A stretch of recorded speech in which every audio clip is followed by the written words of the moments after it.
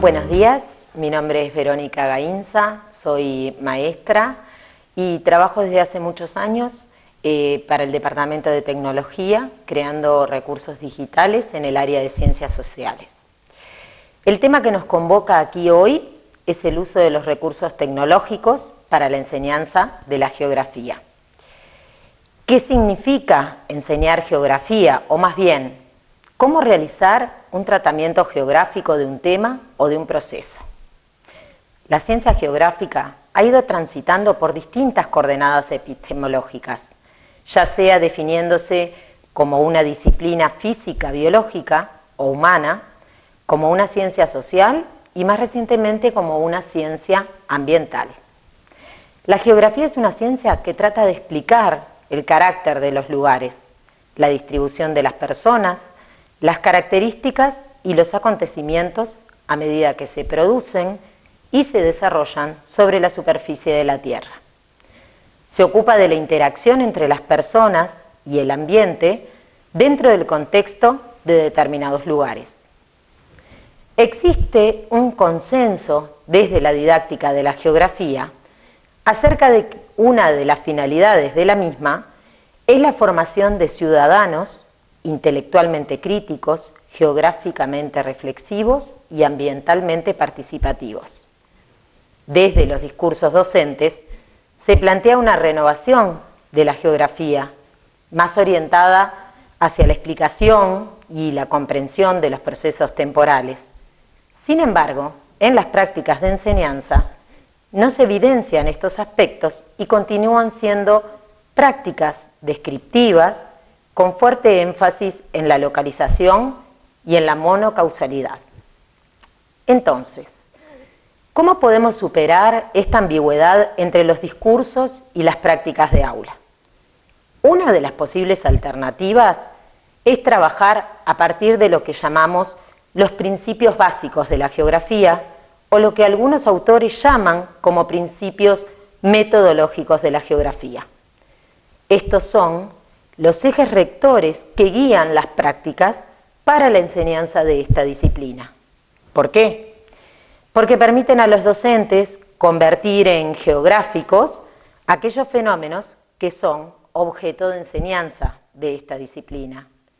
Porque además permiten un abordaje integral de los procesos territoriales que suceden en la superficie terrestre.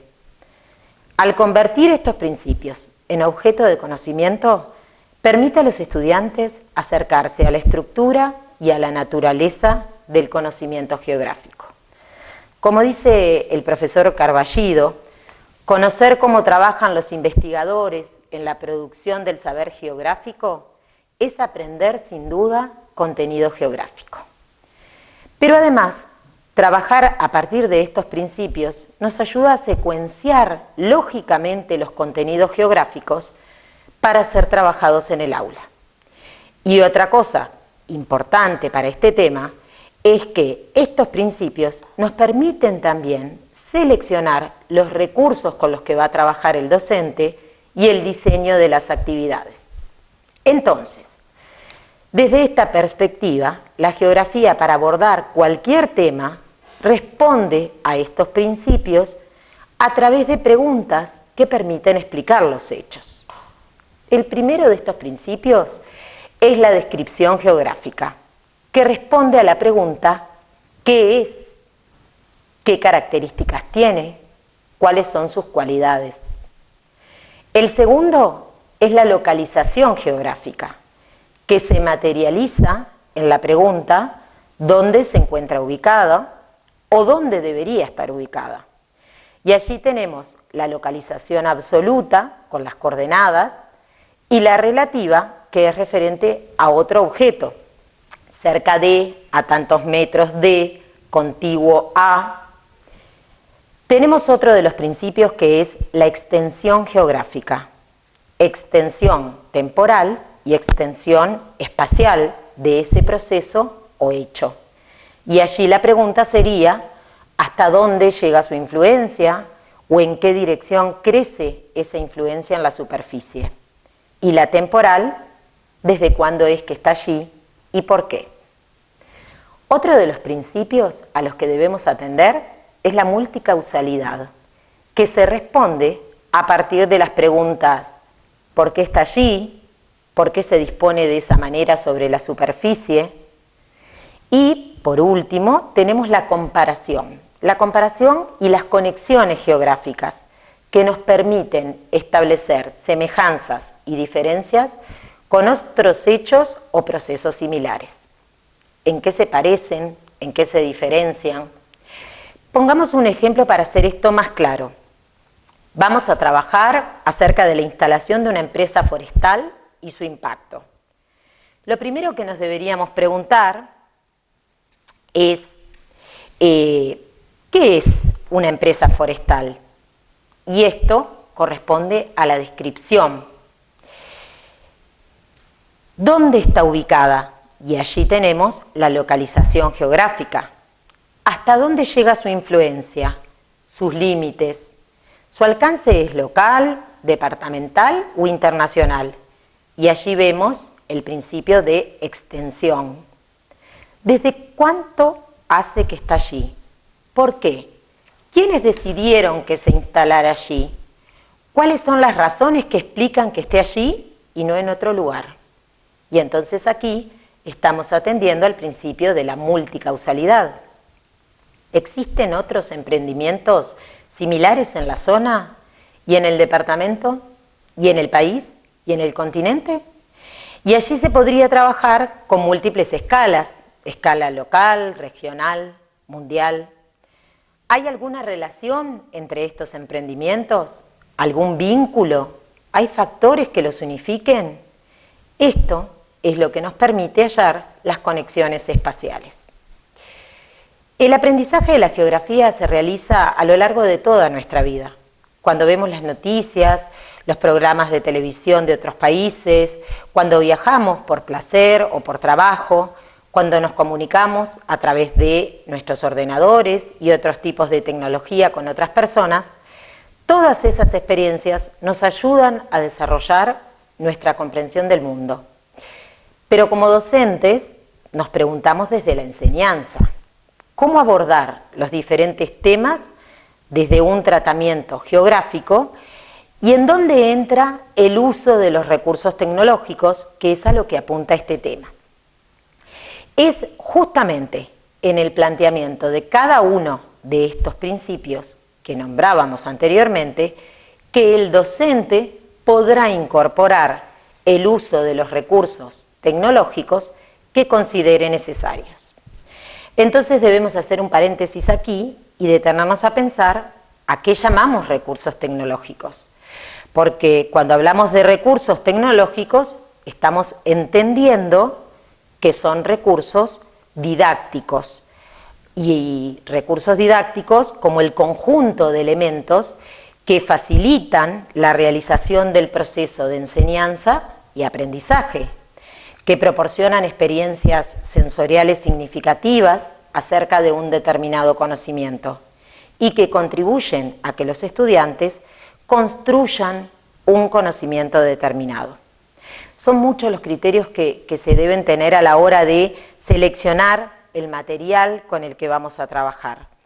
Para ello, algunos autores, como Mónica Rodríguez, que trabaja acerca de los materiales y los recursos en la educación infantil, elabora algunos criterios que tienen que ver con la selección de esos recursos y esos materiales que se van a utilizar. Y entonces ella plantea, por ejemplo, que el material tiene que ser atractivo, ¿sí?, que tiene que ser adecuado al nivel evolutivo del niño, que tiene que ser manipulable, que el estudiante pueda trabajar en forma autónoma e independiente con ese material, que potencie y favorezca la actividad cognitiva, afectiva y social, que reúna las normas correspondientes de seguridad, que proporcione los estímulos necesarios y acordes a su elección, que no favorezca actitudes discriminatorias y que posibilite al estudiante las posibilidades de acción que éste pueda desarrollar.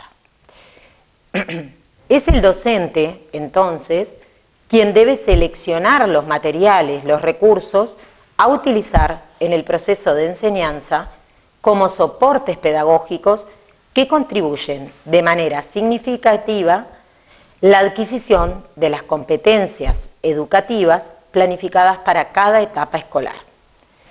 Es así que, de acuerdo a estas características, tenemos los recursos tecnológicos como herramientas imprescindibles para los estudiantes del siglo XXI.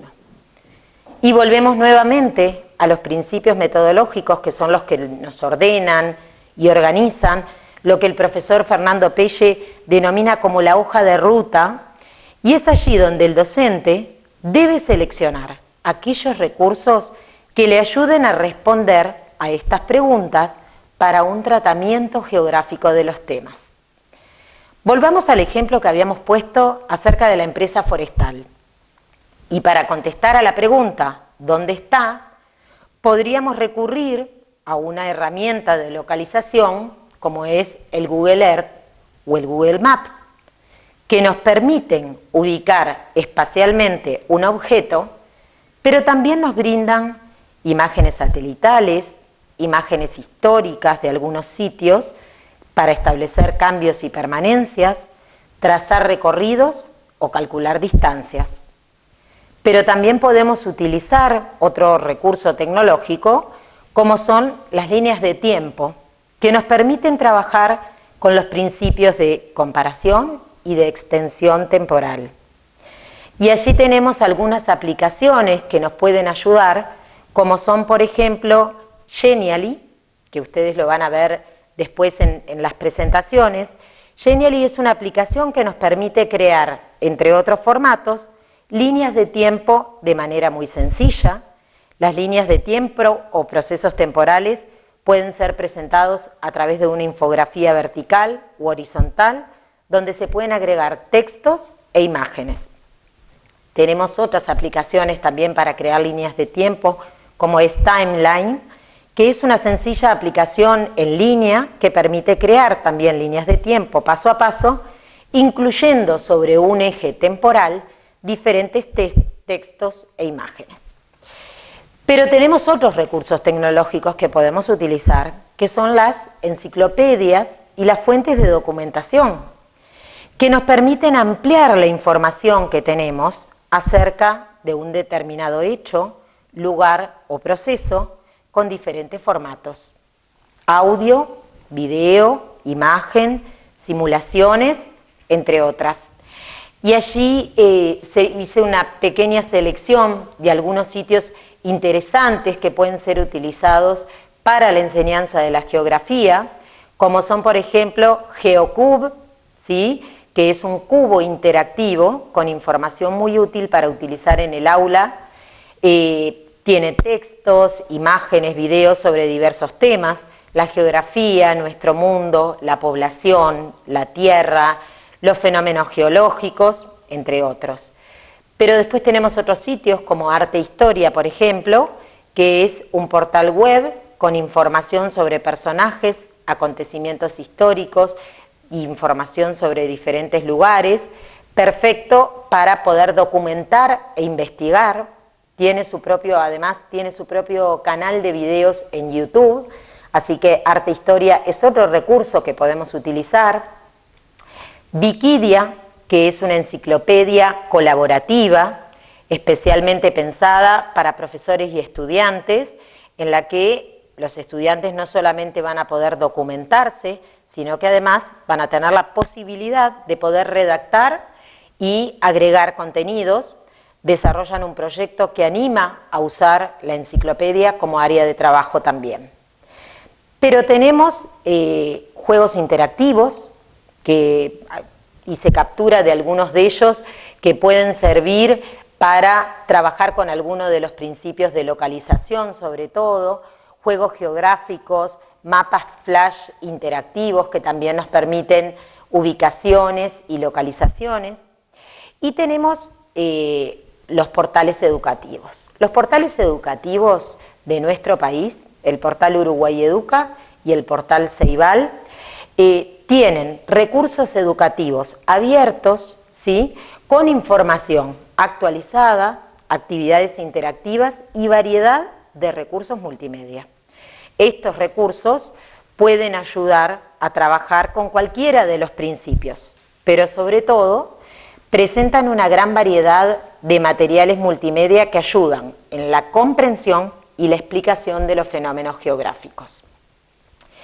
Creo que es un poco un resumen de aquellos recursos que podemos utilizar, que nos pueden servir al momento de planificar la enseñanza de la geografía, pero como decía al principio, sobre todo nos guiamos por esos principios básicos para la enseñanza de la geografía, que son un poco los que van a guiar al docente y que van a permitir que seleccione aquellos recursos que sean más adecuados para ir pudiendo responder a esos principios. Como ideas finales o síntesis, podríamos decir que en el tratamiento de la geografía hay 4 acciones posibles de realizar: la descripción, la explicación, la comprensión y la transformación. El posicionarse o priorizar uno de ellos por sobre los otros nos acerca a un paradigma y a un marco didáctico de referencia. El priorizar uno de estos aspectos no siempre quiere decir que tengamos que renunciar a los otros.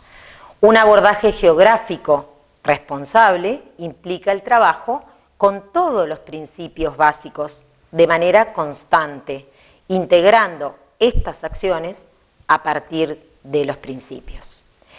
Esto implica un desafío para los docentes y para los estudiantes también, quienes deberán convertir estos principios en objeto de conocimiento, de manera de poder desarrollar y potenciar la conciencia geográfica y la inteligencia territorial para la formación de ciudadanos ambientalmente responsables, que es en definitiva la finalidad que perseguimos con la enseñanza de esta disciplina.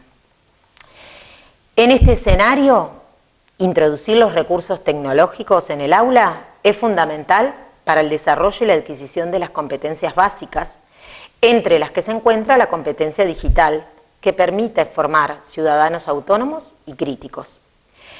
Introducir los recursos tecnológicos en la educación es indispensable como parte de un proceso de transformaciones que permiten integrar al sistema educativo en un mundo cada vez más virtual y tecnológico, pero este reto no es fácil. Su introducción no solo consiste en la adquisición de determinadas herramientas tecnológicas, sino en un cambio metodológico mucho más profundo que, como elemento fundamental, sitúa al estudiante como centro y protagonista del proceso de enseñanza y aprendizaje. Todo esto implica una importante labor de reflexión y de formación por parte de los docentes, lo que lleva a un cambio, ¿sí?, en las estructuras y en los formatos de trabajo escolar. Gracias.